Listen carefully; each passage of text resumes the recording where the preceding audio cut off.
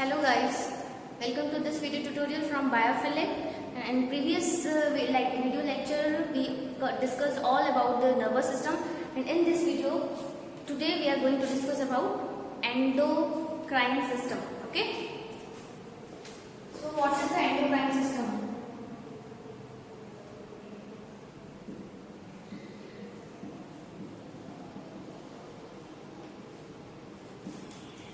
देखिए, endocrine system के बारे में जो बेसिक चीजें थी वो हम लोग नर्वस सिस्टम वाले वीडियोस में देख चुके थे।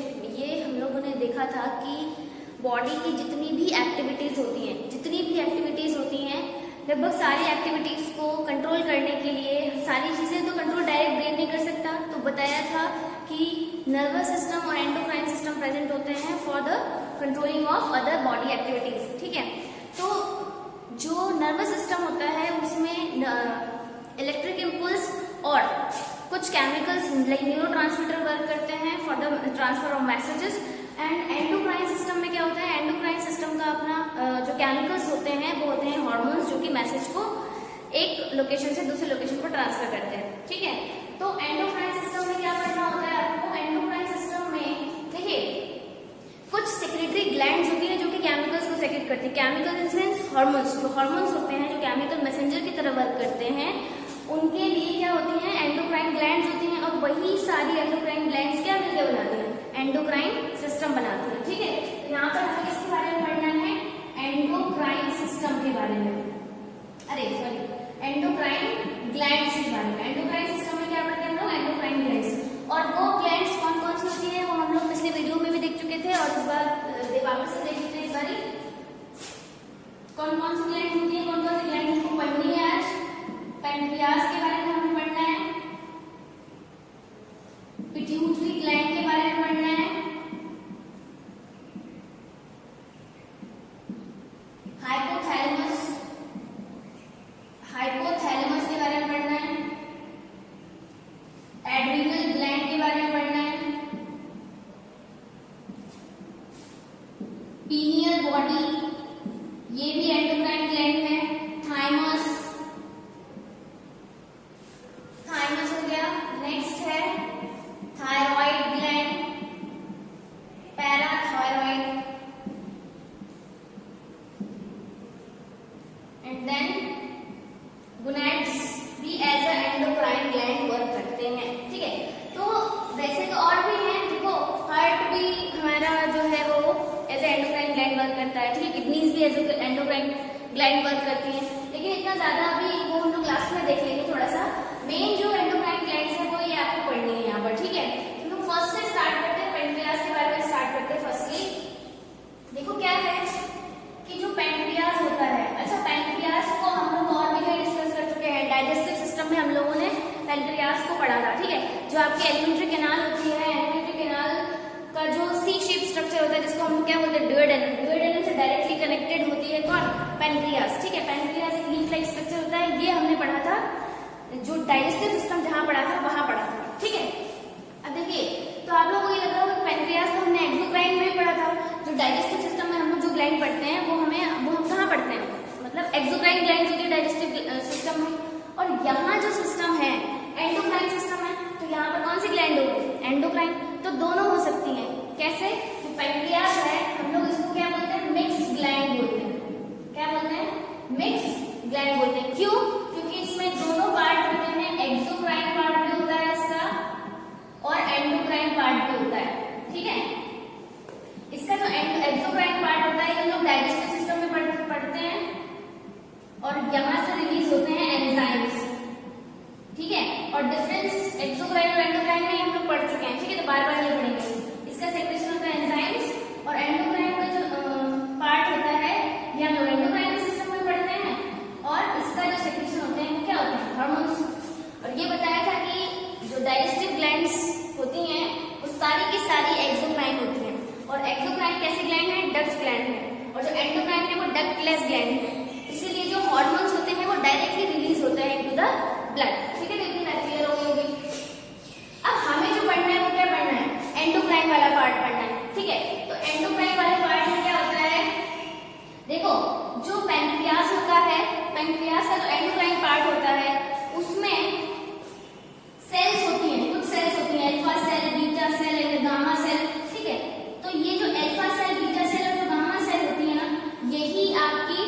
हार्मोन्स का सेक्रेशन करती हैं। देखिए जो अल्फा सेल होती है, अल्फा सेल रिलीज करती है ग्लूकेगॉन हार्मोन, ग्लूकेगॉन हार्मोन। जो बीटा सेल होती है वो रिलीज करती है इंसुलिन हार्मोन, और जो गामा सेल होती है ना वो रिलीज करती है एंटीरोकाइनेज, ठीक है, एंटीरोकाइनेज। देखिए आप लोगों ने इसका और इसका फंक्शन बहुत अच्छे से पढ़ चुके होंगे हालांकि, ठीक है, लेकिन फिर भी हम लोग यहाँ पर देख लेते हैं। देखिए क्या होता है,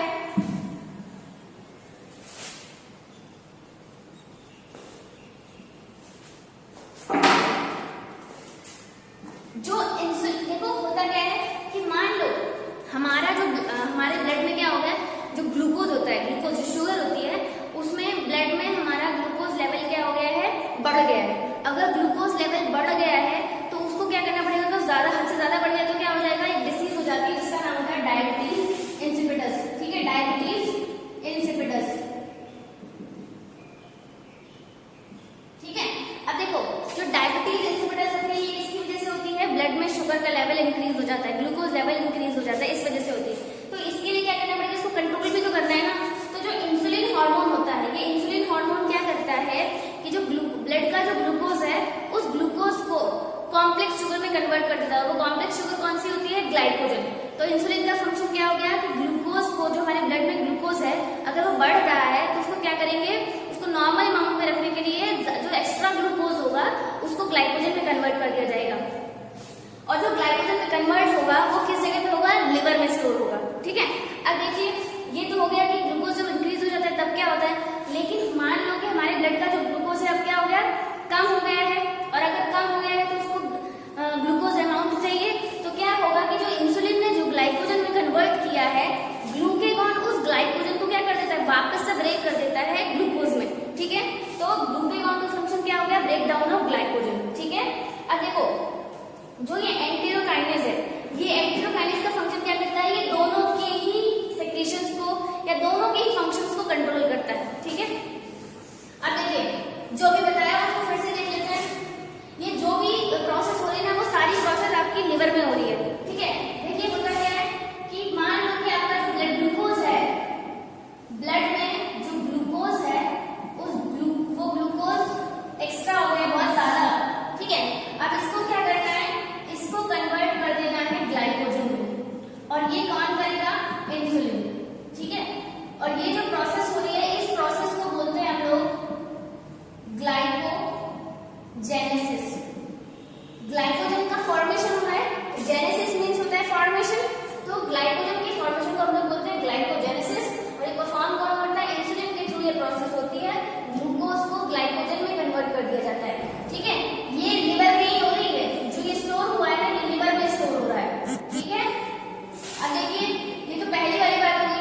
अगर दूसरा केस ये है कि ग्लूकोज का जो लेवल है अब बॉडी में क्या हो गया, कम हो गया, और अगर कम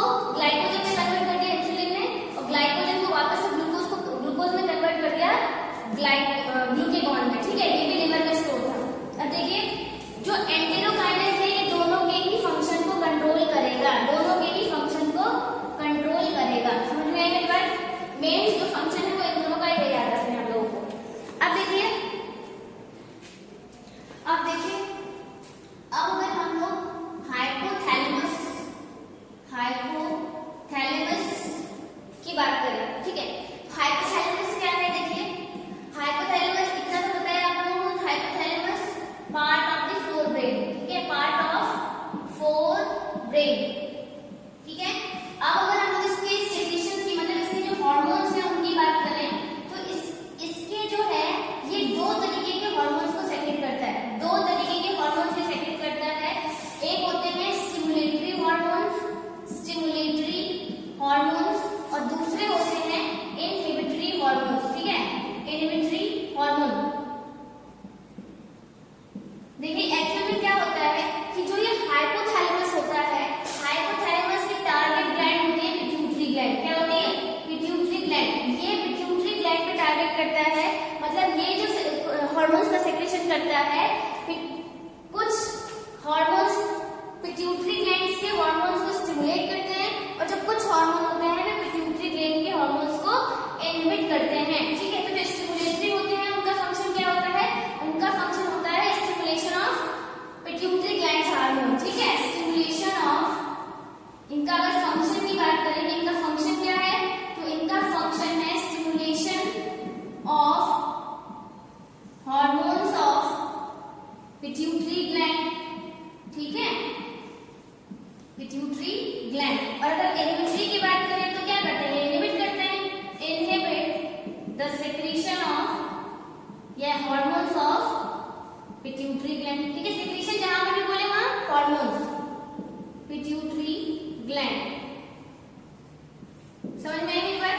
अब देखो अगर बात करें कि स्टिमुलेटरी हार्मोन्स कौन कौन से होते हैं, तो स्टिमुलेटरी हार्मोन्स में आपको पढ़ना है GnRH, gonadotropin releasing hormone, gonadotropin releasing hormone हो गया।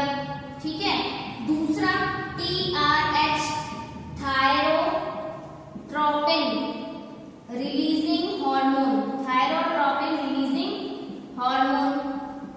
और नेक्स्ट है corticotropin releasing hormone, releasing hormone. ठीक है, डोपामाइन वगैरह ये डोपामाइन भी ये सेक्रेट करता है। ठीक है, चलो बस इतना याद रखो अभी। ठीक है, देखो अब अगर हम लोग इनहिबिटरी हार्मोन्स की बात करें तो क्या हो गया आपका सोमैटोस्टैटिन। जो सोमैटोस्टैटिन होता है वो आपका पिट्यूटरी ग्लैंड के हार्मोन को इनहिबिट करता है। ठीक है, तो ये हो गया आपको हाइपोथैलेमस। नोट कर लीजिए इसको। अगर आप हाइपोथैलेमस के जो ये हार्मोन्स हैं ये किस मतलब पिट्यूटरी ग्लैंड के हार्मोन्स में कैसे फंक्शन करते हैं, या ये हार्मोन पिट्यूटरी ग्लैंड के कौन से हार्मोन को स्टिमुलेट करता है, ठीक है, ये सब चीजें देखते हैं अभी। तो पिट्यूटरी ग्लैंड की अगर बात करें तो देखो क्या होता है, पिट्यूटरी ग्लैंड बहुत छोटी सी ग्लैंड है, बहुत ज्यादा बड़ी नहीं है, हाइपोथैलेमस के ही पास होती है। ठीक है, बिलो द हाइपोथैलेमस कह सकते हैं। ठीक है, अब देखिए क्या होता है कि जो पिट्यूटरी ग्लैंड है ये तो आप लोगों ने बचपन से पढ़ा हुआ होगा, मतलब छोटे तक पढ़ा होगा कि जो पिट्यूटरी ग्लैंड है उसको मास्टर ग्लैंड भी बोलते हैं। अब क्यों इसको मास्टर ग्लैंड बोलते हैं? Master gland, why it is also known as master gland. इसीलिए इसको मास्टर ग्लैंड बोलते हैं क्योंकि होता क्या है कि जो पिट्यूटरी ग्लैंड है बहुत छोटी ग्लैंड है, लेकिन इसके जो है कई सारी टारगेट ग्लैंड्स होती हैं। इसकी कई सारी टारगेट ग्लैंड्स होती हैं जिनके हार्मोन्स को, मान लो कि कुछ ग्लैंड्स हैं G1, G2, G3, ठीक है, इनके जो हार्मोन्स है इनके ही हार्मोन्स को ये इंक्रीज या डिक्रीज, इंक्रीज या डिक्रीज, इंक्रीज या डिक्रीज मतलब कंट्रोल करती है। ठीक है, मोस्टली क्या करते हैं कि स्टिमुलेशन करवाती है। मोस्टली क्या करवाती है? स्टिमुलेशन करवाती है। मतलब अगर कह सकते हैं कि जो पिट्यूटरी ग्लैंड है वो अदर टारगेट ग्लैंड्स के सेक्रेशंस को स्टिमुलेट करवाती है। ठीक है, अब देखिए क्या होता है, इसीलिए इसको मास्टर ग्लैंड बोलते हैं कि छोटी सी ग्लैंड है लेकिन इसकी टारगेट और ग्लैंड्स कई सारी हैं और उनके हार्मोन्स को क्या करवाती है? स्टिमुलेट करती है। ठीक है, अब देखो इसके है ना, देखो दो साइड्स होते हैं, पार्ट्स का हम लोग साइड बोलते हैं। ठीक है, एक एंटीरियर साइड और एक पोस्टीरियर साइड। ठीक है, तो जो एंटीरियर साइड होती है, एंटीरियर साइड और पोस्टीरियर साइड, ये कह सकते हैं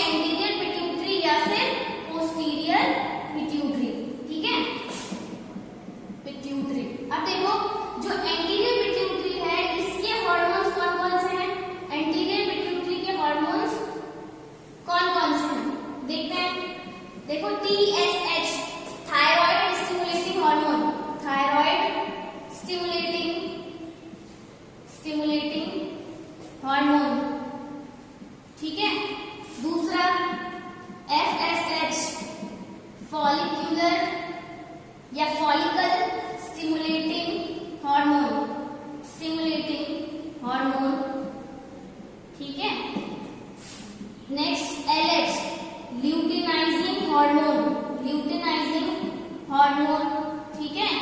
नेक्स्ट हो गया आपका ACTH adeno corticotropic hormone, adeno corticotropic hormone, ठीक है। ये हो गया आपका, ये आपकी पिट्यूटरी ग्लैंड पे आ गई।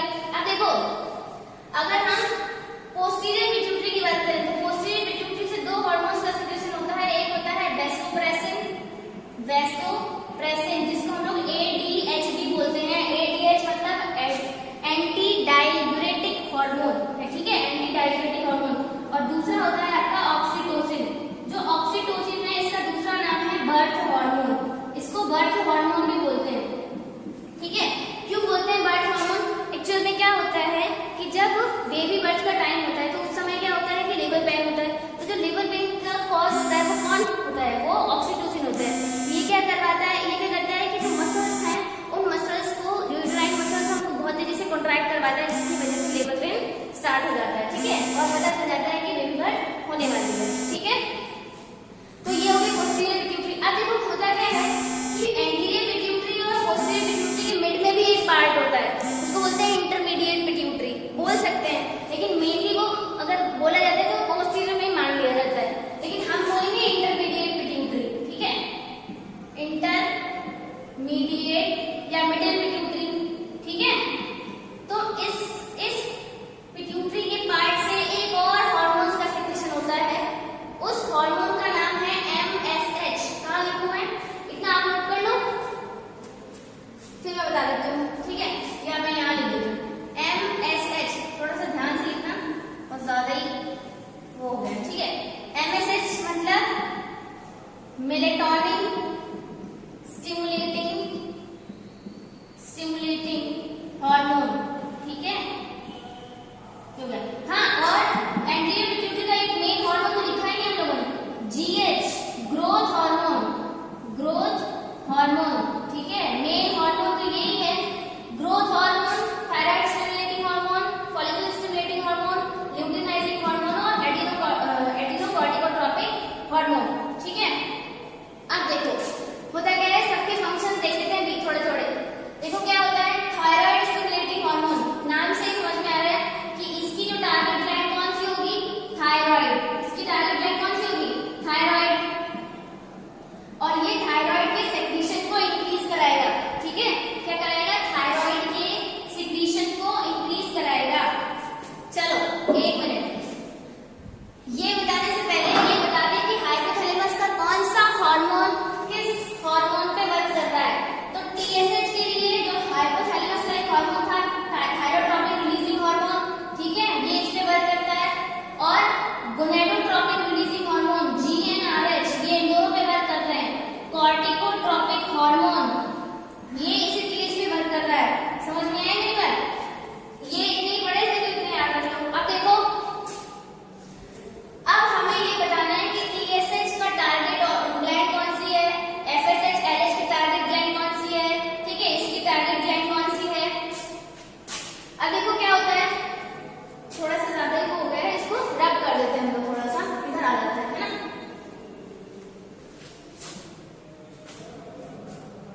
इसका पहले सबसे पहले इसका फंक्शन देख लो, ADH हार्मोन, वेसोप्रेसिन, दोनों एक ही हैं, ठीक है, बस साइड के बेसिस पे नाम डिवाइड कर दिया गया है। अगर हम लोग इससे देखें तो बहुत इजीली समझ सकते हैं। एंटी डाययूरेटिक हार्मोन, एंटी मतलब अपोज कर रहा है, डाई मतलब डाइल्यूट, यूरेटिक मतलब यूरिक एसिड से, यूरिन से है, ठीक है, हार्मोन।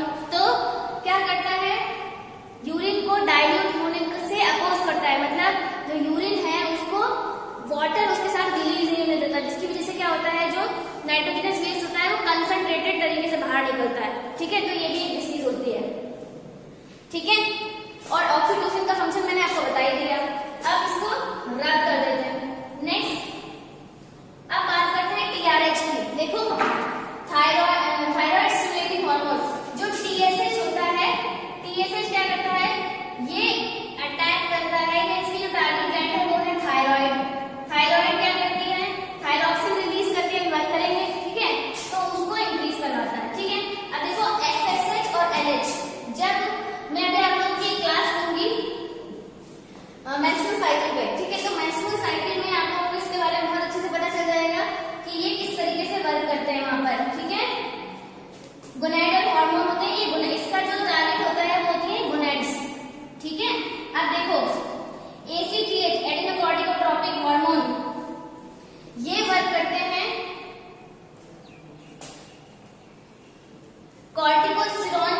होते हैं, ठीक है, उन पे वर्क करते हैं। अब देखो एक और हार्मोन है यहाँ पर, अगर बात किया जाए तो प्रोलैक्टिन, प्रोलैक्टिन, ठीक है, ये भी इंपॉर्टेंट हार्मोन है।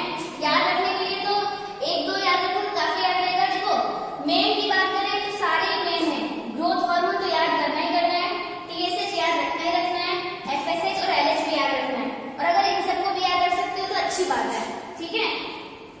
प्रोलैक्टिन एक हार्मोन है, ये वर्क करता है मेमोरी ग्लैंड पे। किस पे वर्क करता है? मेमोरी ग्लैंड पे वर्क करता है। तो मेनली इतने याद रख लो आप, ठीक है, इतने काफी है। ग्रोथ हार्मोन, ग्रोथ हार्मोन का तो सबसे बड़ा फंक्शन है, ये क्या करता है? स्टिमुलेट करता है ग्रोथ को। ग्रोथ हार्मोन जो है वो ग्रोथ को स्टिमुलेट करता है, ग्रोथ स्टिमुलेट करता है।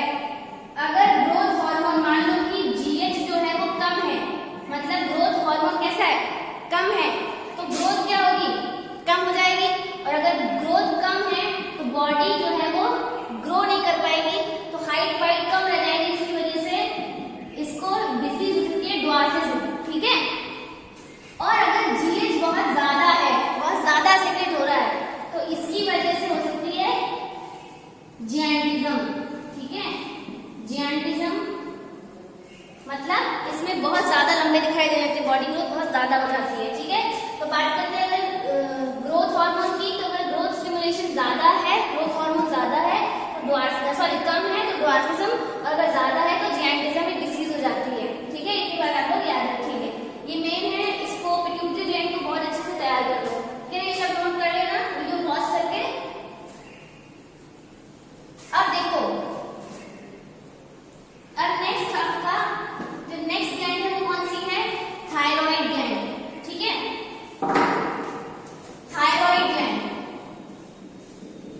जो थायराइड ग्लैंड होती है इसकी लोकेशन क्या होती है? इन फ्रंट ऑफ नेक, ठीक है, इन फ्रंट ऑफ नेक। देखो होता क्या है, थायराइड ग्लैंड का जो सेक्रेशन होता है, मतलब जो इसका हार्मोन होता है वो होता है थायरॉक्सिन। क्या होता है? थायरॉक्सिन। और अगर बात करें कि जो थायरॉक्सिन है इसके मेन कंटेंट क्या है, तो इसका मेन कंटेंट है आयोडीन, ठीक है। क्या है? आयोडीन। और ये हम लोग लेते कहां से हैं? सॉल्ट से। सॉल्ट से हम लोग आयोडीन लेते हैं। अगर आयोडीन कम हो गया, बात याद रखना, अगर जो आयोडीन है उसकी अमाउंट हमारी बॉडी में कम हो गई तो थायरॉक्सिन भी क्या हो जाएगा? कम हो जाएगा। अगर थायरॉक्सिन कम हो गया तो क्या होगा? जो आपकी थायराइड ग्लैंड है ना, थायराइड ग्लैंड जो है ये स्वेलअप हो जाएगी। क्या हो जाएगी? स्वेलअप हो जाएगी। और अगर ये स्वेलअप हो जाएगी तो इससे डिसीज हो जाती है जिसका नाम होता है गॉइटर, ठीक है। क्या नाम होता है? गॉइटर। आपने देखा होगा कि जो नेक जो है वो स्वेलअप हो जाती है, बाहर की तरफ निकलने लगती है, तो इसको हम लोग क्या बोलते हैं? गॉइटर, ठीक है। और अगर ज्यादा भी हो जाए तो भी प्रॉब्लम हो जाती है, ठीक है। याद रखना, दोनों ही कंडीशन में थायराइड होती है। एक बॉडी, इसमें क्या होता है? बॉडी वेट जो होता है वो गेन होने लगता है, और अगर आयोडीन ज्यादा है तो वेट लॉस होने लगता है, ठीक है। ये बात याद रखना। थायरॉक्सिन का मेन कंटेंट क्या है? आयोडीन, ठीक है, T3 एंड T4, ठीक है। ये बात याद रखना। चलो अब इसके बाद नेक्स्ट क्या है हमारी? ये तो हमें थायराइड ग्लैंड।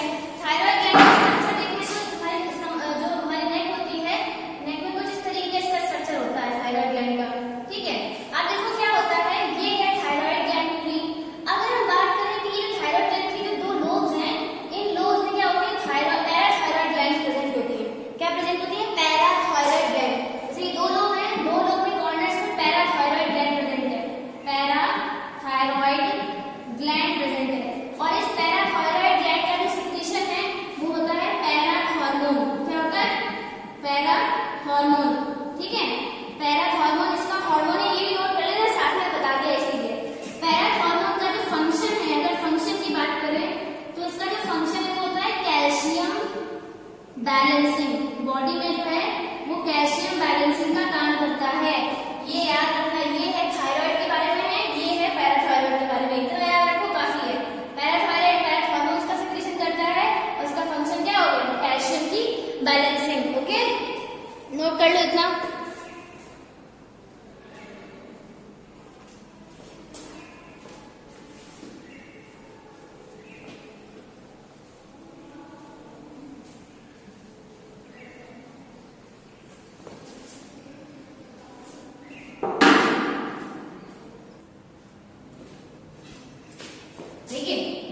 नेक्स्ट है आपकी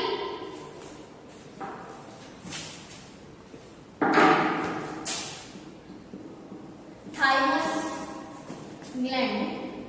ठीक है, देखो थाइमस ग्लैंड देखो कहाँ होती है,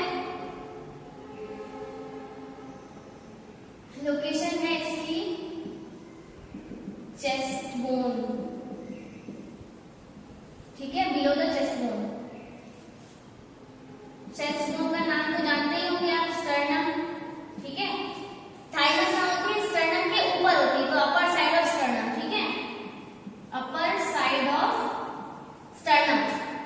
ठीक है, अब देखो थाइमस ग्लैंड के बारे में आपने कहीं और भी पढ़ा है, हम लोगों ने पढ़ा था जब लिम्फोसाइट पढ़ा था, जब ट्रांसपोर्टेशन सिस्टम डाला था, तो लिम्फोसाइट्स में क्या लिखा था आपने कि सारी की सारी जो लिम्फोसाइट्स होती है उसका फॉर्मेशन तो बोन मैरो में होता है, लेकिन क्या होता है कुछ लिम्फोसाइट्स जो होती हैं वो मैच्योर होने के बाद थाइमस ग्लैंड में एंटर कर जाती हैं, और जब वो थाइमस ग्लैंड में एंटर कर जाती है तो उनको हम लोग बोल देते हैं टी लिम्फोसाइट्स। ठीक है, तो थाइमस ग्लैंड में कौन सी लिम्फोसाइट होती है, इसको साइड वाइज देखो, टी लिम्फोसाइट्स। टी लिम्फोसाइट्स इसमें होती हैं। ठीक है, टी लिम्फोसाइट्स का फंक्शन क्या होता है, अच्छे से जानते हैं टी लिम्फोसाइट्स क्या करती है, डायरेक्ट किलिंग करती है, किसकी, direct killing of the foreign particle which is harmful for us. ठीक है, फॉर फॉरेन पार्टिकल जो कि हमारी बॉडीज में बाहर से आया हुआ आता है और हमारी बॉडी को नुकसान दे रहा होता है, तो उसको क्या करती है, जो टी लिम्फोसाइट्स होती है, टी लिम्फोसाइट्स की जो सेल्स होती हैं वो क्या करती है, उसको डायरेक्ट किल कर देती है। एंटीबॉडी का फॉर्मेशन कौन करता है, बी लिम्फोसाइट्स। ये केवल एंटीबॉडी के फॉर्मेशन में हेल्प करती हैं, फॉर्मेशन नहीं करती हैं, और डायरेक्ट किलिंग का भी काम करती है, जिसको टी किलर सेल्स बोलते हैं टी किलर, टी हेल्पर और टी सप्रेसिव सेल्स। ठीक है, अब देखो ये इसीलिए बता रहे हैं कि होता क्या है कि थाइमस ग्लैंड का एक नेचर होता है, थाइमस ग्लैंड का क्या होता है, एक नेचर होता है। थाइमस ग्लैंड एज के साथ जैसे जैसे एज बढ़ती है, जो थाइमस ग्लैंड होती है उसका जो साइज होता है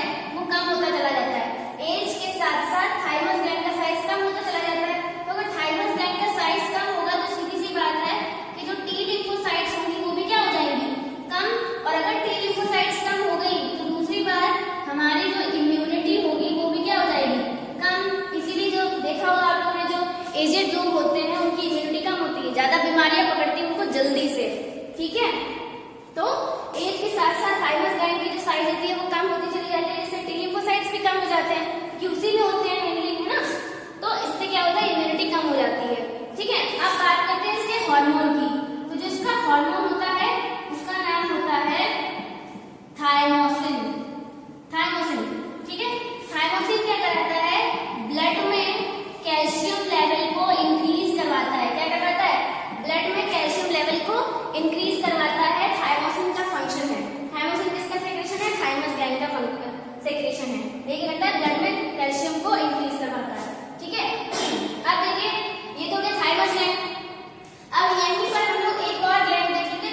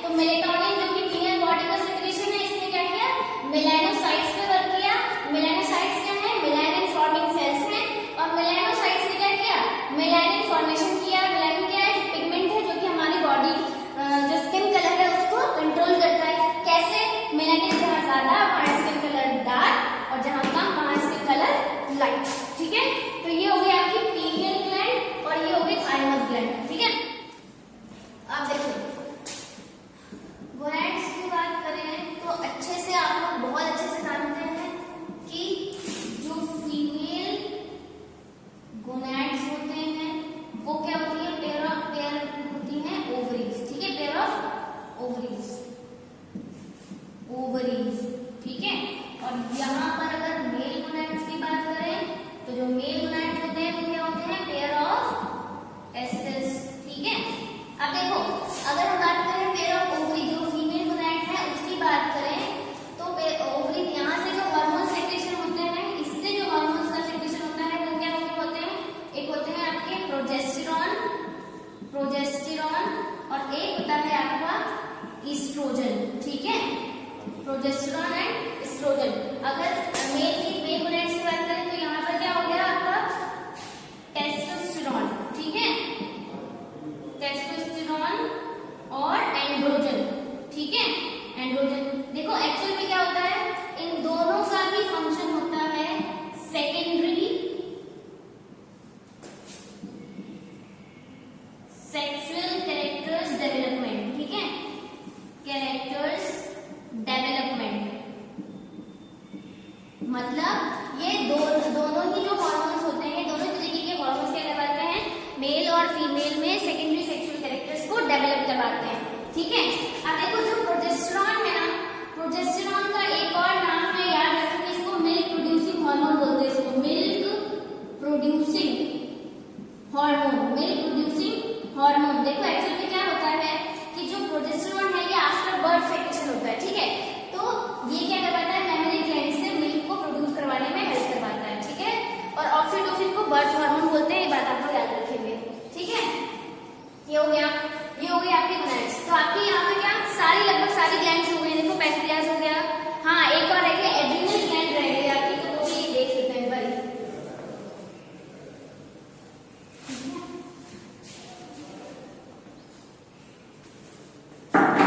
देखिए अगर एड्रिनल ग्लैंड की बात करें तो एड्रिनल ग्लैंड देखो इसकी लोकेशन क्या है, रीनल, आप लोगों ने अच्छा जानते हैं रीनल का रिलेशन किससे, किडनी से, ठीक है। तो पेयर ऑफ किडनी होती है, तो कहां पर होती है, upper side of pair of kidney, ठीक है, दोनों ही किडनी के ऊपर। देखो एड्रिनल, एड मतलब अपर साइड पे, ठीक है, तो किडनी मान लो ये किडनी है तो इसके ऊपर की तरफ ये एड्रिनल ग्लैंड होगी, एड्रिनल ग्लैंड, ठीक है, ये किडनी, तो ये एड्रिनल ग्लैंड, ओके। अब देखिए एड्रिनल ग्लैंड के जो हार्मोन्स हैं, इसका जो सेक्रेशन होता है, मतलब जिसके इसके हार्मोन्स हैं, इनको हम लोग क्या कहते हैं, इसका दूसरा नाम होता है इमरजेंसी हार्मोन, इनको इमरजेंसी हार्मोन भी बोलते हैं, इमरजेंसी हार्मोन। और दूसरा एक और नाम बोलते हैं, इनको 3F हार्मोन भी बोला जाता है। क्यों बोला जाता है 3F hormone, because of fight, flight and fear, ठीक है, मतलब फियर, फाइट एंड फ्लाइट, ठीक है, इसकी वजह से 3F है ना।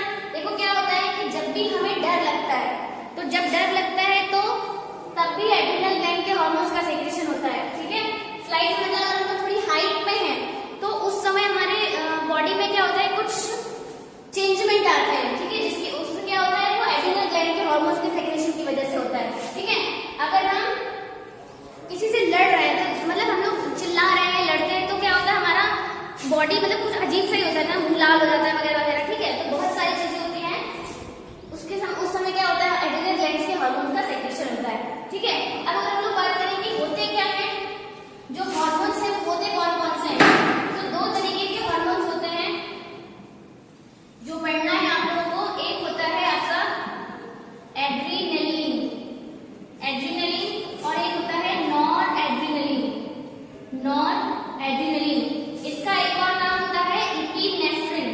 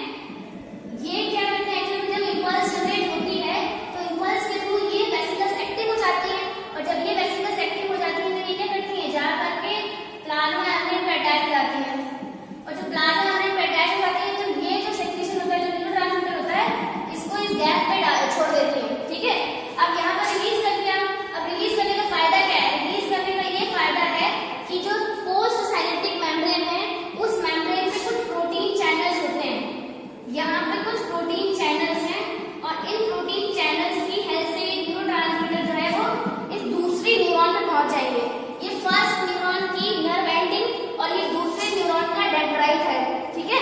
क्या होगा, यहाँ से यहाँ पहुंच गया तो जो मैसेज था वो एक न्यूरॉन से दूसरे न्यूरॉन तक ट्रांसफर हो गया थ्रू द न्यूरोट्रांसमीटर। समझ में आई मेरी बात? और इस पूरी प्रोसेस को हमने क्या बताया था, सिनेप्सिस या सिनेप्स, ठीक है, याद रखना, ठीक है। और ये बीच में जो गैप होता है इसको बोलते हैं सिनेप्टिक क्लेफ्ट। क्या बोलते हैं, सिनेप्टिक क्लेफ्ट। ये बहुत इंपॉर्टेंट है, यहाँ पर न्यूरोट्रांसमीटर की तरह एड्रेनलिन और नॉर एड्रेनलिन भी वर्क करते हैं और ये सिग्नलिंग मॉलिक्यूल है, ठीक है। और देखो ये एड्रेनलिन ये जो होते हैं ये सिग्नलिंग मॉलिक्यूल जब आप लोग आगे पढ़ेंगे तो वहां पर लिगैंड की तरह भी यूज होते हैं, ठीक है। तो ये प्रॉपर आपका हो गया पूरा कंप्लीट ग्लैंड्स के बारे में।